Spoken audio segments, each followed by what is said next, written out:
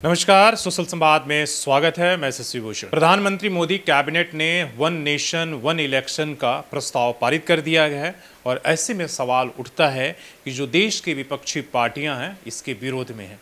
लेकिन सबसे बड़ा सवाल है कि क्या वन नेशन और वन इलेक्शन लागू होने से जो क्षेत्रीय पार्टियां हैं उनका भविष्य पर खतरा है?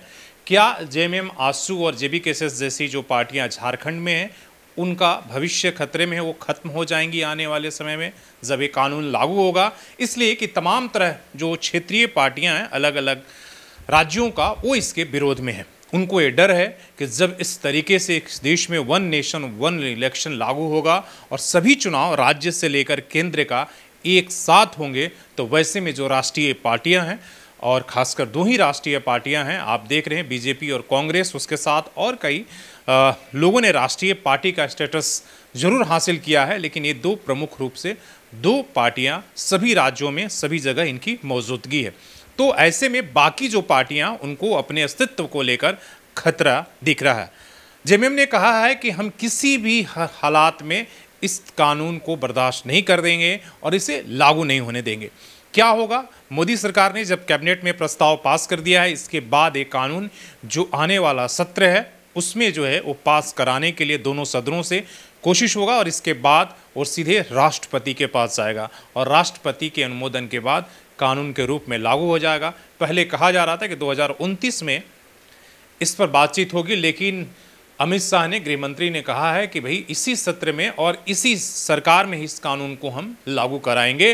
तो वैसे में सभी पार्टियों आने वाले समय में आपको अलग अलग मोर्चों पर संसद से लेकर सड़क पर विरोध दिखेगा। जिस तरीके से देश में इससे पहले जब सरकार ने एनआरसी या सीएए लाने की कोशिश की, या आपने देखा कि कई ऐसे कानून जिसको किसान, आपने देखा किसान आंदोलन इतना बड़ा हुआ, तो उसी तरीके से आपको वन नेशन वन इलेक्शन को लेकर आपकी जो पार्टियां हैं, खासकर क्षेत्रीय पार्टियां, उनके भविष्य पर खतरा अटकेगा। अगर ऐसा कानून लागू होता तो झारखंड में मानकर चलिए कि आपको दो ही धड़ा में आपको शामिल होना होगा और वैसे में जितनी भी रोज़ नई नई पार्टियां बन रही हैं उनका अस्तित्व कहीं ना कहीं खतरे में होगा। इसलिए कि जो राष्ट्रीय स्तर पर जिन पार्टियों का मौजूदगी होगा वही आपके, इसलिए कि लोकसभा हो या विधानसभा और इसके साथ भी नगर निगम और पंचायत के भी चुनाव होते हैं, हालांकि उसके लिए अलग से कहा जा रहा है कि होगा, लेकिन ये दो प्रमुख जो चुनाव हैं ये एक साथ होंगे।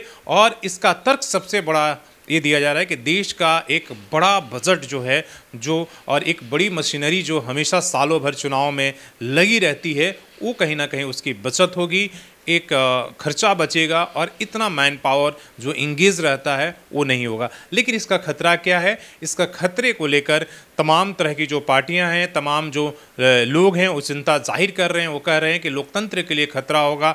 एक ही जो दो पार्टियां हैं अगर दो दलीय हो जाएंगी तो उनका ये रहेगा कि वो कहीं ना कहीं वो अपना एकाधिपत्य इस पर जमा लेंगे और लंबे समय से शासन व्यवस्था करने के लिए इस तरह की व्यवस्थाएं बनाई जा रही है कि ज़्यादा, अभी आप देखिए कि जो संघीय व्यवस्था है, खासकर संघ की, राज्य और इस देश का, कि अलग अलग आप देख रहे हैं कि राज्यों में अलग अलग पार्टियों की सरकार है और देश में किसी और की सरकार है, केंद्र में रहती है, तो वो कहीं ना कहीं वो भिन्नता आपको कम देखने को मिलेगा अगर ये कानून लागू होता है। ये लोगों का अपना अपना शंका जाहिर कर रहे हैं, लेकिन आने वाला वक्त बताएगा। लेकिन मान के चलिए कि झारखंड में जैसे क्षेत्रीय पार्टियां हैं अलग अलग राज्यों में, उनके भविष्य को लेकर खतरा है। इस कानून पर आपकी क्या राय है? इस देश में ये लागू होना चाहिए या नहीं? आप भी अपनी राय दे सकते हैं।